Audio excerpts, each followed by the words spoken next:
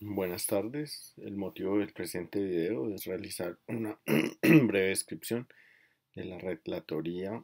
que realicé acerca del libro de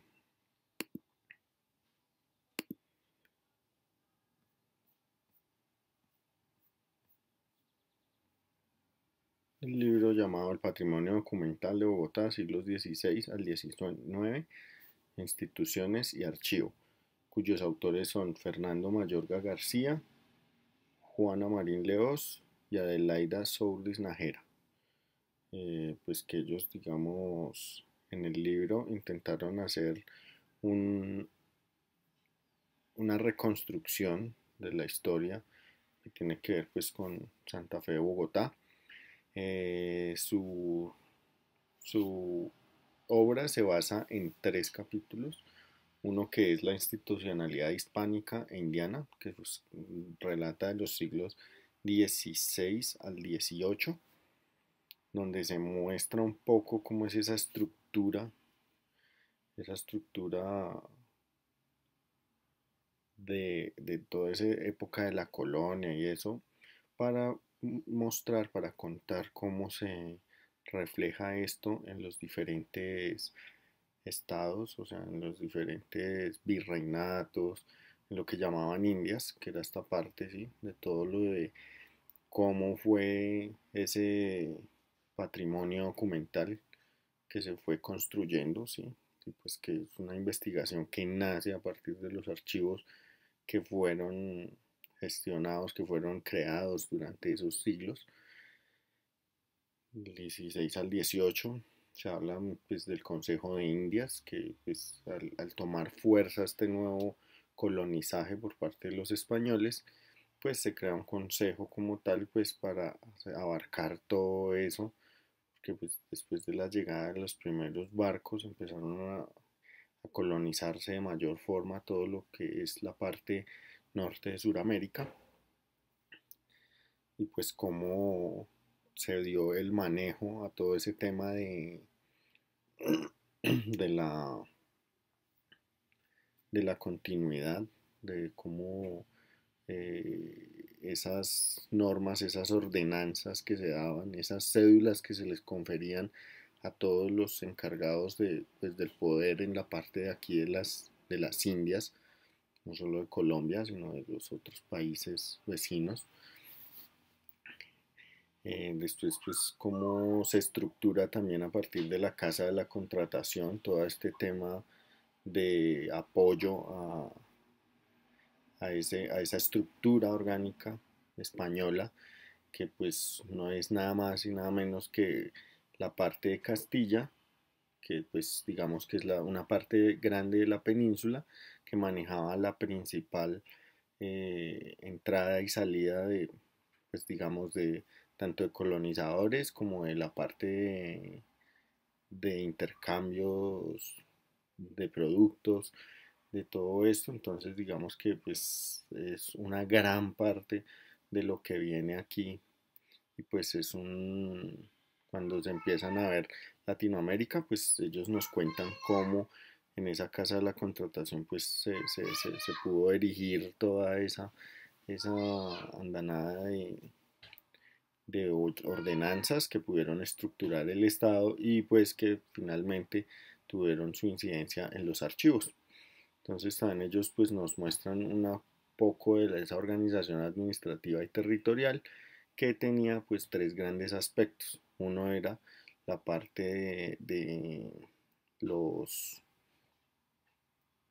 de la parte de estos de esas cédulas que impartían a esos gobernantes que llegaban aquí a estas, que eran por parte como de una parte militar, la parte de la iglesia que también estuvo siempre acompañando el tema del colonizaje, por todo el tema de la iglesia católica y todo el tema comercial, y pues como los virreyes y los virreinatos pues incidieron directamente en esa gestión administrativa. Luego viene un segundo capítulo que nos muestra la institucionalidad de Santa Fe de Bogotá, donde pues se relata que eh, el, el inicio de Bogotá, lo que llamamos la independencia de Bogotá, todavía no es una fecha clara, que por parte de algunos historiadores tienen unas fluctuaciones de fechas, pero pues digamos que no están en más de de un año, año y medio. Entonces digamos que pues si la fecha pues ya como la que conocemos,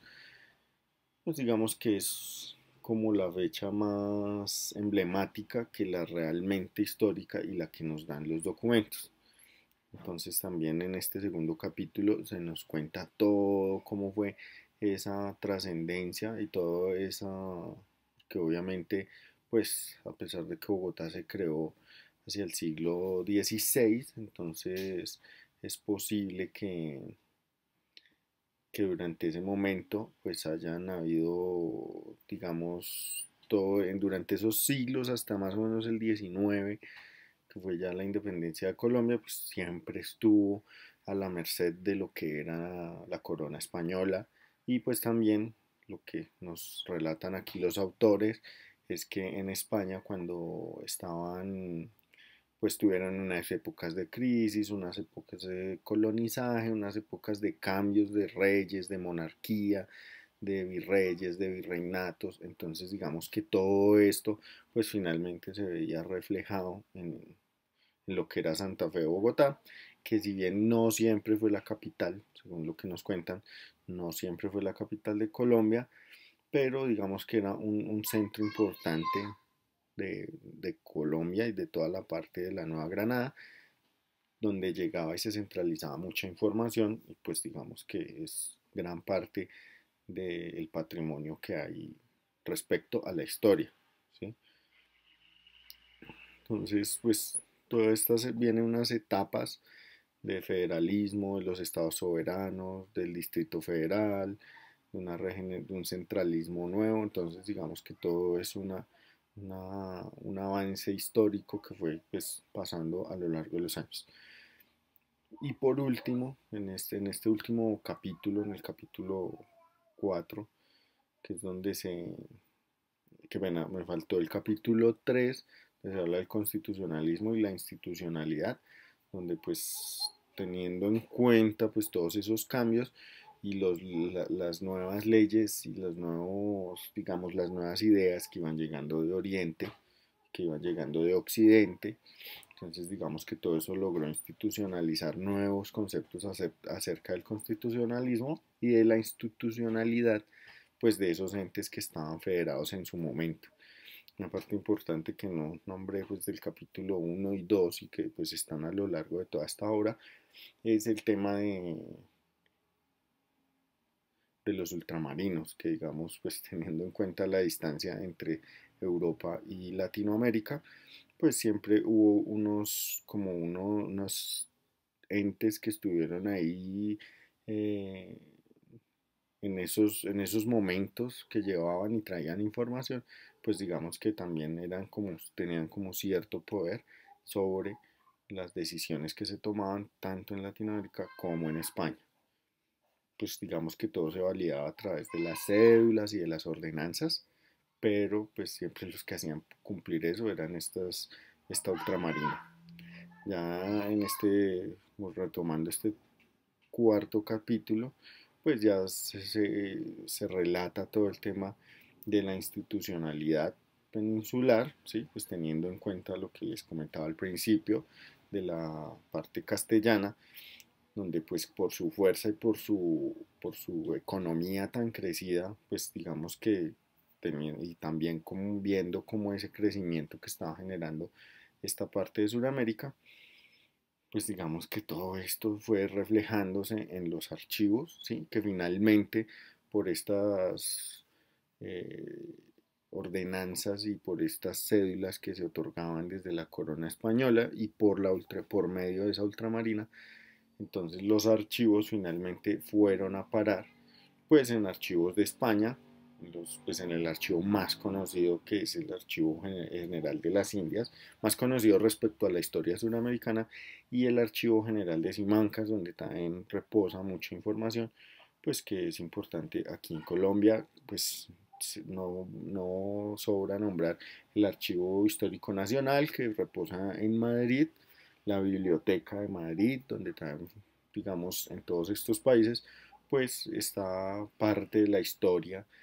de lo que es Sudamérica, no solo Colombia, sino pues, y pues volviendo al tema de Bogotá, exclusivamente, pues digamos que mucha de esa historia y esta obra se dio gracias pues a esa investigación y a ese proceso historiográfico, a ese estudio de esos anales de la historia colombiana para poder entender todos esos aspectos jurídicos que va tomando y que ha ido tomando en Colombia y particularmente en Bogotá todo el tema pues normativo que tiene que ver con los archivos. Muchas gracias, espero que puedan leer la obra y, y la relatoría escrita que tuve la oportunidad de realizar.